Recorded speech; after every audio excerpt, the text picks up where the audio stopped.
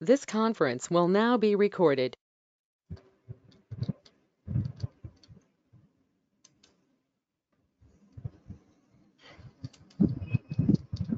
Okay, good morning, everybody. Am I audible? Yes, sir. Okay. Today's topic is on intraocular foreign bodies and chemical injuries. We are continuing in this particular topic, trauma of the eye or eye injuries. Today we'll be dealing with intraocular foreign bodies and various types of chemical injuries, how to manage them, what are the complications of these intraocular foreign bodies, what are the sequelae of these injuries. We'll be dealing with all these aspects in today's class. So coming to foreign bodies, most common foreign bodies are chips of iron and steel. So when particular worker in a workshop is working on an iron or using a chisel, something related to iron, if he's cutting something, and that chips of that are likely to fly and penetrate into the eye. So the chips which are penetrating into the eye, they are usually made of iron or steel, and these are the common foreign bodies which we come across. Apart from this, there are various types of foreign bodies like glass, stone, lead pellets, copper caps, aluminium, plastic, wood. So these are the various types of foreign bodies we come across. So identifying the type of foreign body is very important. So what are the different types of foreign bodies are mentioned in the slides? Most commonly we come across iron and steel, these type of foreign bodies. Apart from that, glass, stone, and other lead pellets and plastic, wood. These are also some types of injuries which we come across where the foreign bodies lodge into the eyeball. What are the modes of damage and lesions these foreign bodies cause to the eye? So first, when the foreign body enters into the eye, obviously it will cause its mechanical effect. Mechanical effect means when the foreign body is when the foreign body is entering into the eye, the damage which it is causing to the structures of the eye, maybe the sclera, maybe the cornea, maybe the intraocular structures, whatever damage it is causing, those are all grouped under the heading of mechanical effects. Introduction of infection is the second most dreaded complication of these foreign bodies. These foreign bodies sometimes can take along with them some infection into the eye, and the eye can land up in severe infection, which can severely compromise the vision of the patient. Then coming to reaction of the foreign bodies, some foreign bodies which are made up of metal like iron, copper, etc. These undergo electrolysis and they release those small iron and copper particles which go and mix with the structures of the eye and lead to the damage of the vision. So these are all reactions to the foreign body, how the eye reacts to the foreign body. And post-traumatic iridocyclitis is also something similar. It is a reaction of the uveal tissue to the foreign body, and the most dreaded complication is sympathetic ophthalmitis. This is what is one of the important question as far as your exams are concerned, sympathetic ophthalmitis. We will be dealing with all these effects of foreign body in the eye. So first, coming to mechanical effects. What are the mechanical effects? It mainly depends upon the size, velocity, the type of the foreign body, route of entry, and site of involvement. The statement is self-explanatory. If the size of the foreign body is big, obviously the damage caused by it will be big enough. And the speed with which it is entering into the eye, if it is entering with great velocity, the damage is more severe. And the route of entry, whether it is entering through the sclera or through the cornea or whichever structure, wherever it is entering, it will definitely damage the entry point of the eye. So the site of involvement, whether it is the cornea, uvea, depending on the structure which is involved, the mechanical effects are seen. So what are the traumatic lesions produced by these intraocular foreign bodies? Traumatic lesions mainly include corneal or scleral perforation. As I had already described earlier, what is meant by perforation, there is an entry wound and there is an exit wound, corneal or scleral perforation.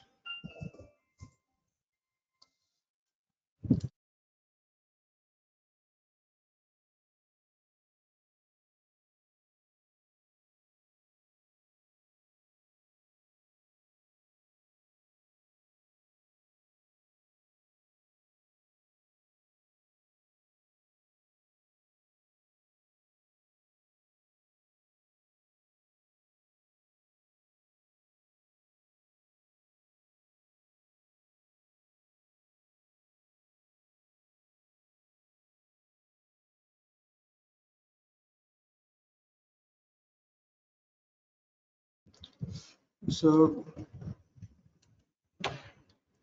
traumatic lesions mainly include the intraocular foreign bodies, and the traumatic lesions which are caused by these intraocular foreign bodies mainly include these corneal or scleral perforations, hyphema or iris hole, means with the point of entry wherever the foreign body is entering into the eye, it will definitely cause a lesion. So depending on the structure through which it is entering or the site through which it is entering, it can lead to formation of the injury in the structure. Say it enters through the iris, it will form a hole in the iris. If there is a if it goes and damages a blood vessel, then it causes damages a blood vessel, it causes hyphema in the anterior chamber.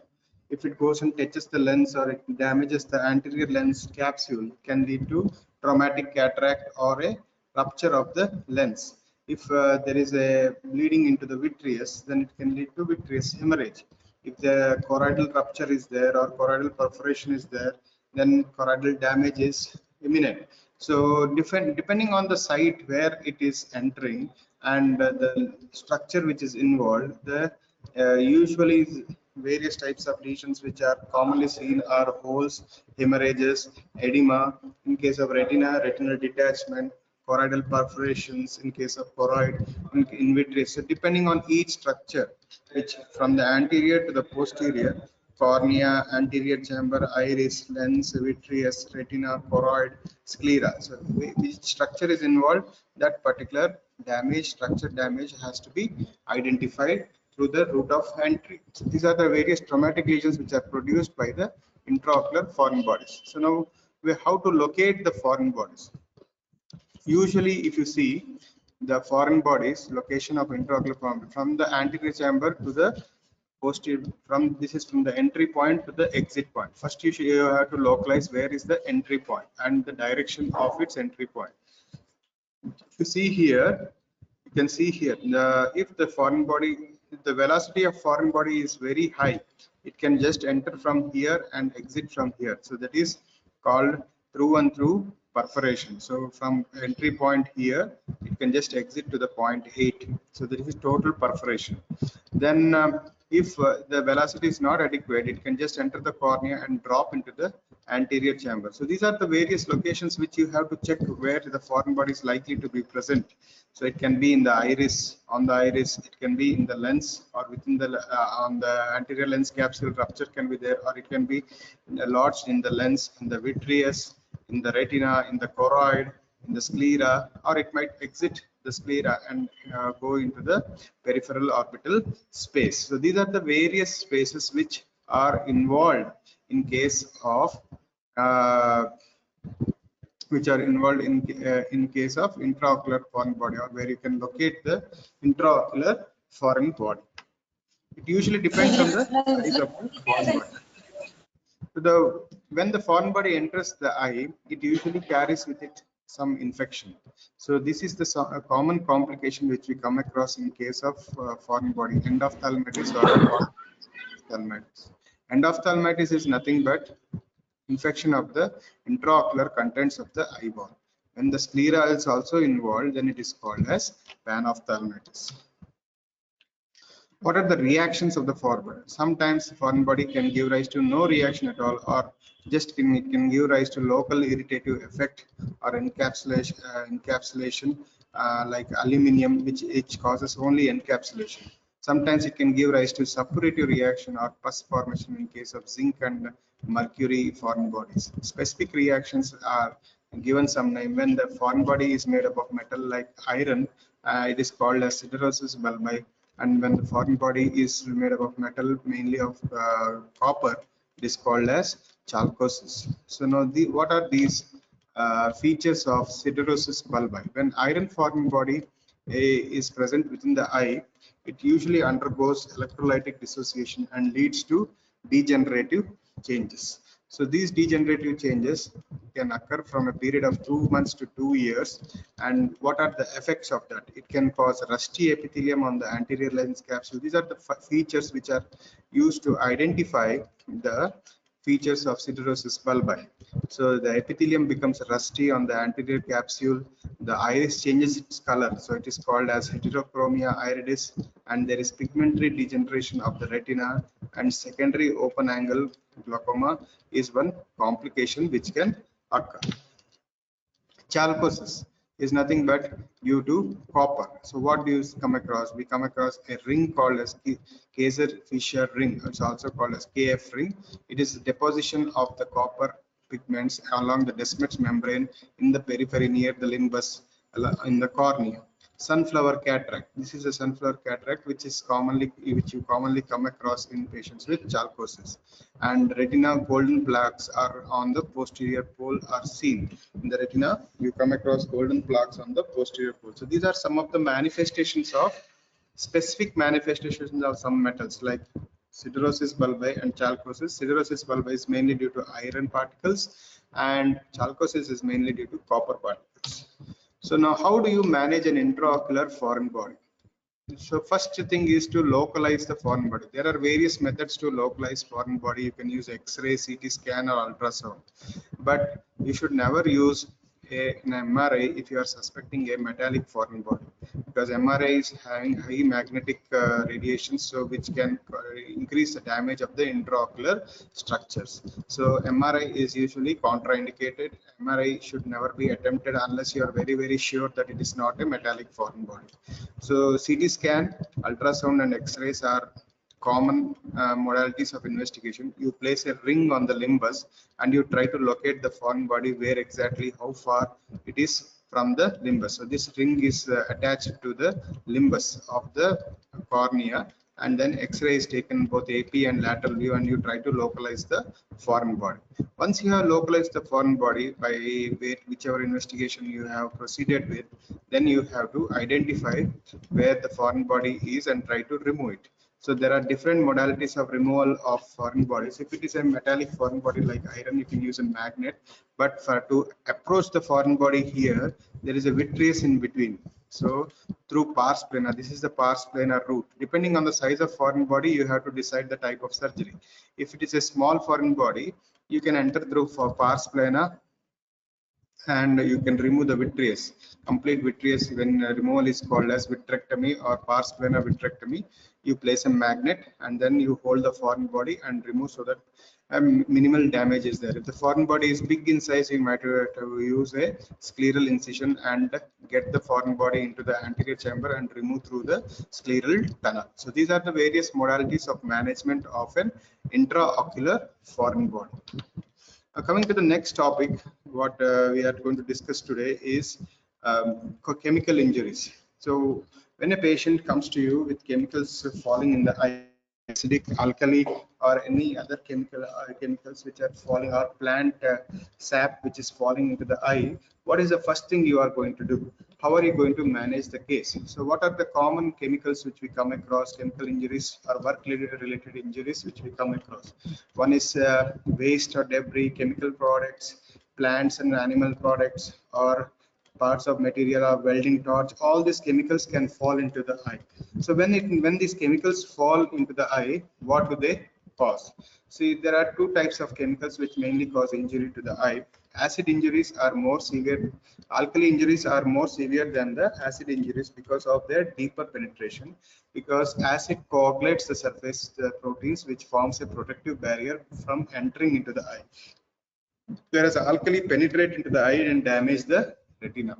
Whereas acid injuries, what they do, they form a barrier by forming a coagulative surface because of the reaction proteins which coagulate and which form a barrier so that acid doesn't enter much into the eye.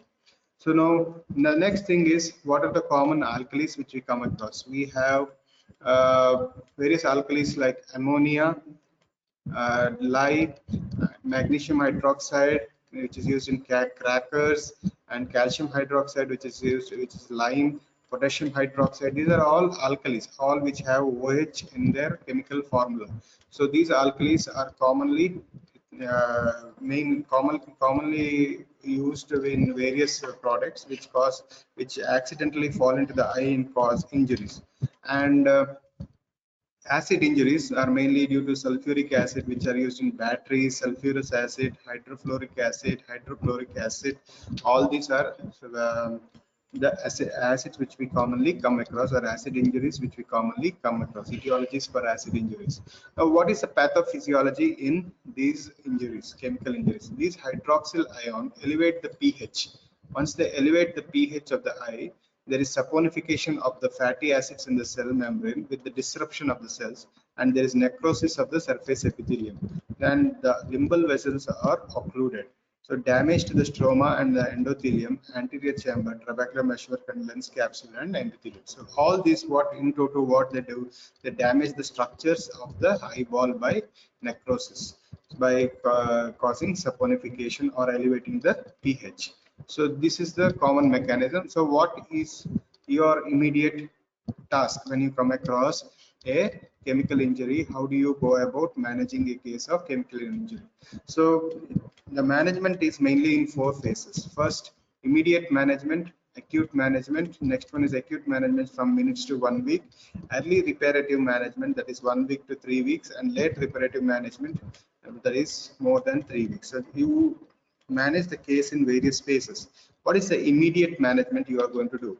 So if you see here, as soon as the patient comes to you, what are you going to do? First, you have to assess the severity of the chemical injuries. So how are you going to assess the severity of the chemical injuries? What are the factors you are going to look for? So these are some of, there is a classification called as Roper Hall classification, where they see the extent of corneal injury, limbal ischemia, and conjunctival chemosis. These are the 3 factors which we come across, or which we commonly use to assess whether the cornea is clear or not. Now, how do you assess whether the cornea is clear or not? It is very simple. You have to see whether you are able to see the iris details or not. If you are not able to see the iris details, that means the cornea is hazy. Limbal ischemia. Now, what is limbal ischemia? If you see here, this is the limbus, and you can see the blood vessels ending close to the limbus. So that means there is no ischemia. But if you see here, you cannot make out any blood vessels close to the limbus. So that means there is limbal ischemia. The blood vessels closer to the cornea or the limbus have disappeared or have got damaged. So that is limbal ischemia. So the next thing you assess is, what is the amount of clarity of the cornea, then how much amount is the limbal ischemia. If the limbal ischemia is less than 1/3 and cornea is hazy but visible iris details, then you grade it as grade 2. The prognosis is usually good in these cases. If you treat these cases, they improve. But when the limbal ischemia is more than 1/3 to half and no iris details are visible, as you can see, the cornea is very hazy here, and the prognosis is guarded. You cannot say how much they are likely to improve, because there is a lot of damage to the limbal stem cells and limbal ischemia is present and cornea is hazy.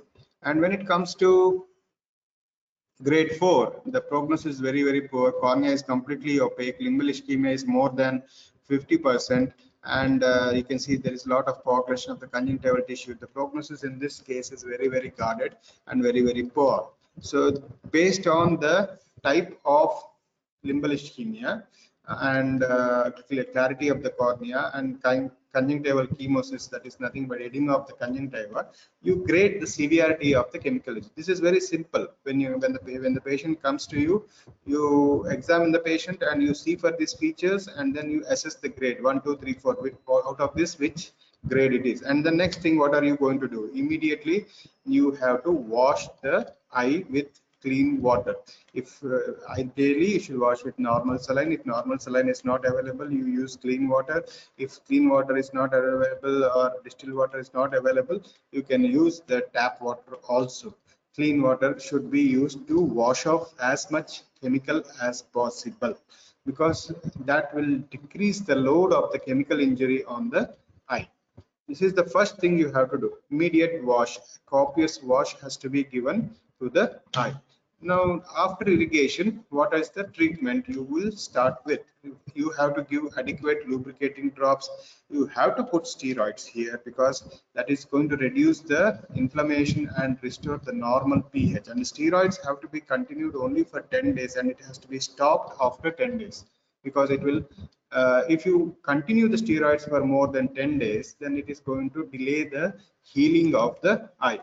And coming to other parts of the management, we come across you have to give vitamin C, both topical and systemic, to enhance collagen production, and topical citric acid to inhibit neutrophil activity, topical and systemic tetracycline to inhibit collagenase and neutrophil activity.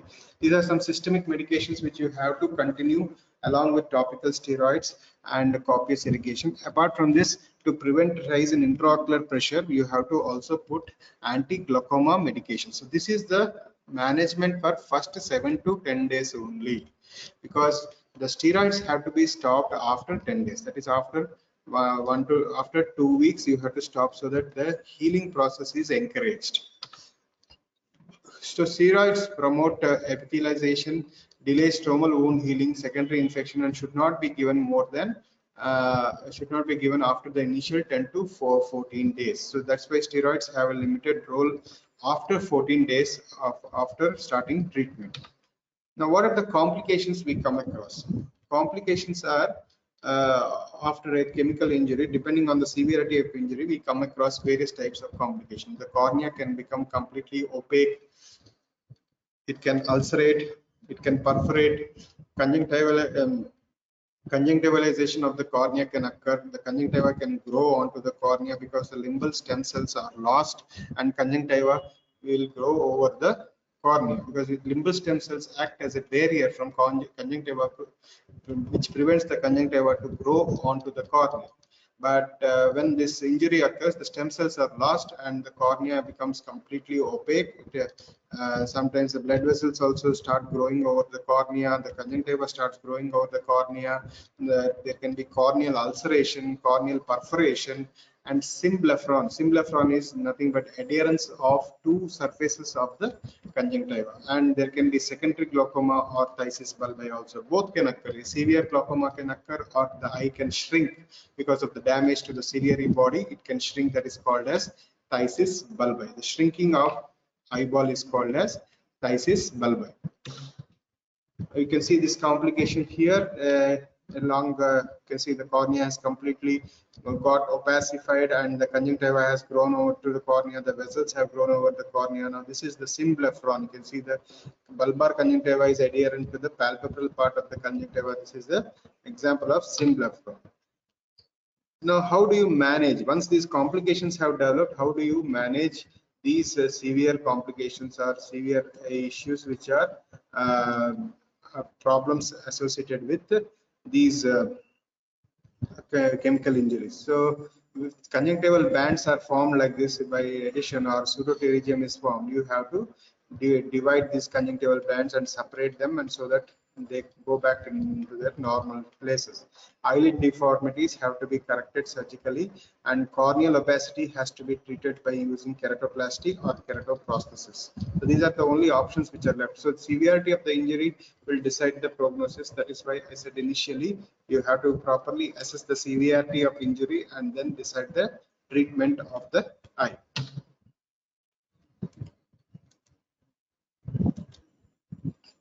Now coming to the last complication of intraocular foreign body, that is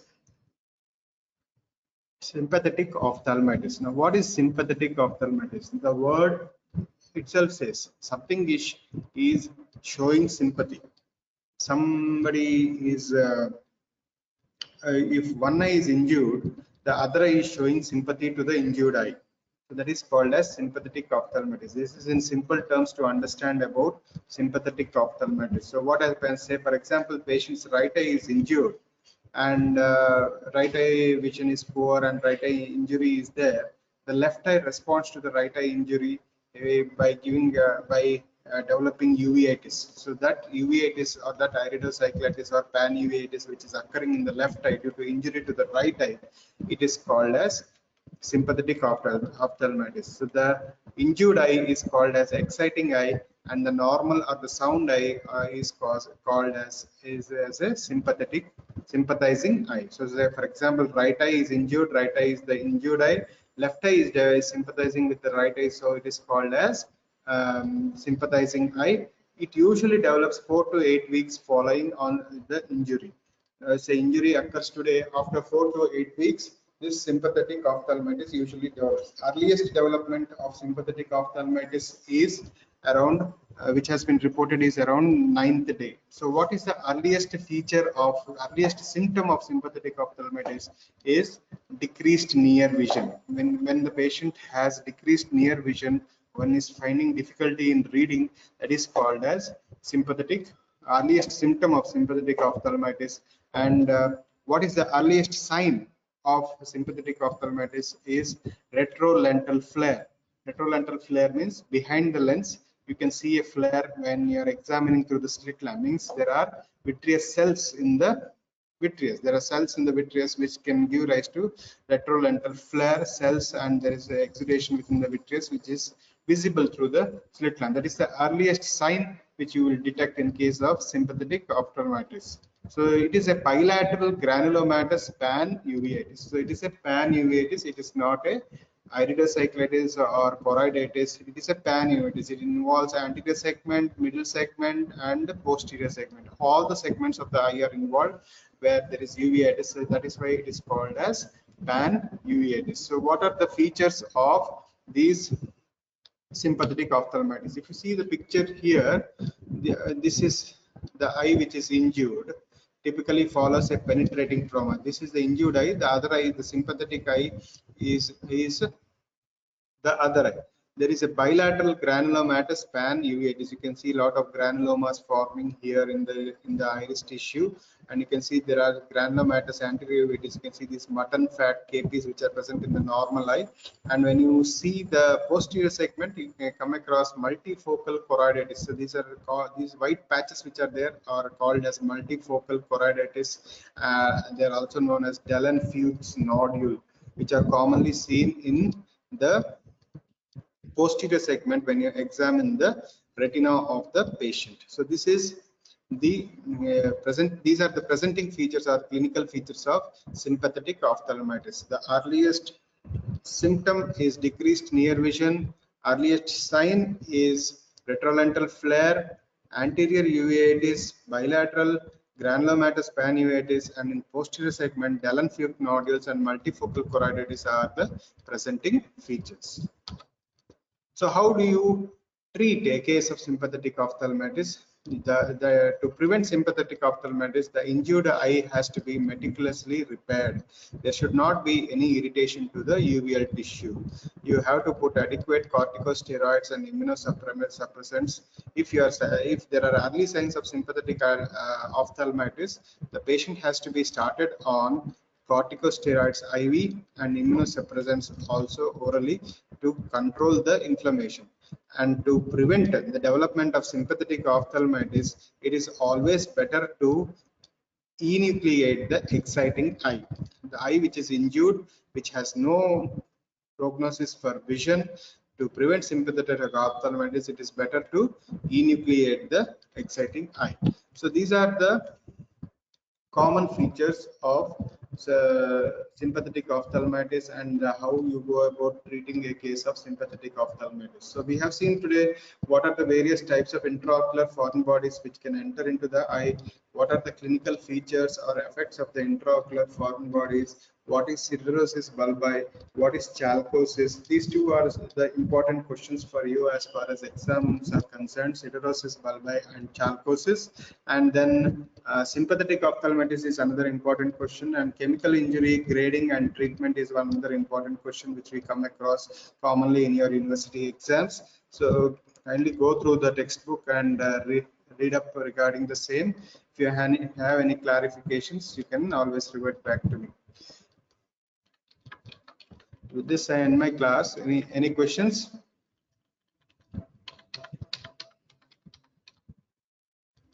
Any questions? Okay.